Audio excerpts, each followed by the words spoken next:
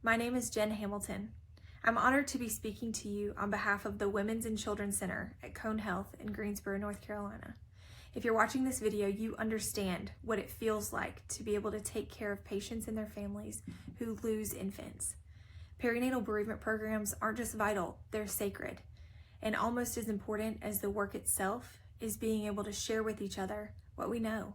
AWHONN recognizes how important the work that we do is, and they provided us with a much needed platform to be able to share ideas with one another. Whether your perinatal bereavement program consists of a drawer, or if your perinatal bereavement program has all the bells and whistles, we hope to be able to share information between each other and make each of our perinatal bereavement programs just a little bit more compassionate.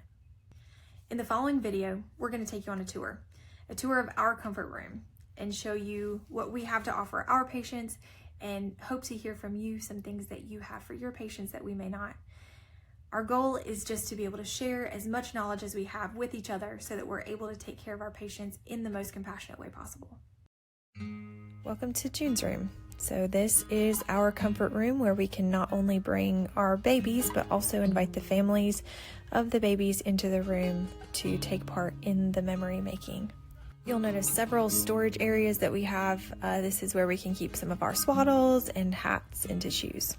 From the community, we were able to source some antique bassinets for photography for these babies and also have some signs to have in the pictures. We keep an example of the shadow boxes that we're able to make for our newer nurses in case they've never done one before, but we love giving shadow boxes to our bereaved families. Due to the gestation or condition, sometimes we're not able to give a whole lot, so we have some jewelry just in case.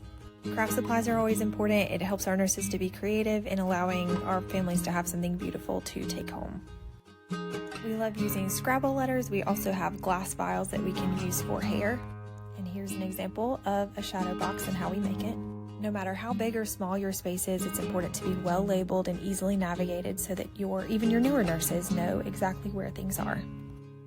A well-stocked room means nothing if your coworkers and your teammates are not able to know exactly how to use each item, which is why it's super important to have some sort of reference binder or materials that lay out how to use these things if there's no one to help you.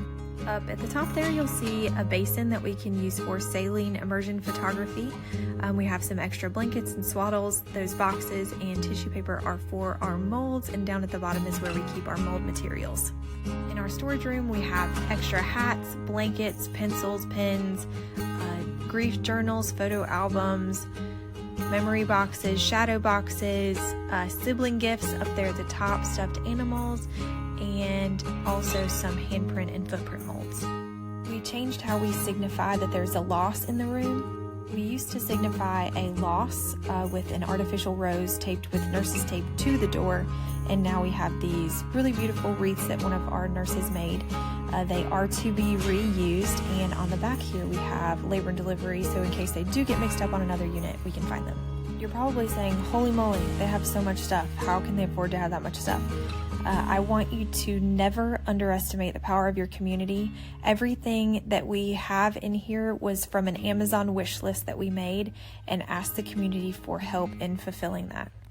Another great community partnership is with dentists because they have great mold and cast material. All of our mold material is now donated and it's set so quickly. This is an example of some of the molds that we're able to do with the dental material. We have these really pretty canisters to put our mold and plaster in, but we also know that molds are really scary, especially if you haven't done them before. So we try to make it as easy as possible and eliminate any barriers by pre-portioning out our mold material with instructions. We love giving beautiful keepsakes that the families would feel proud to display in their home. We also have closed boxes in case we feel that the families might like to have a more private memory box for their child. The work that we all do is so important, and I thank you so much for doing it.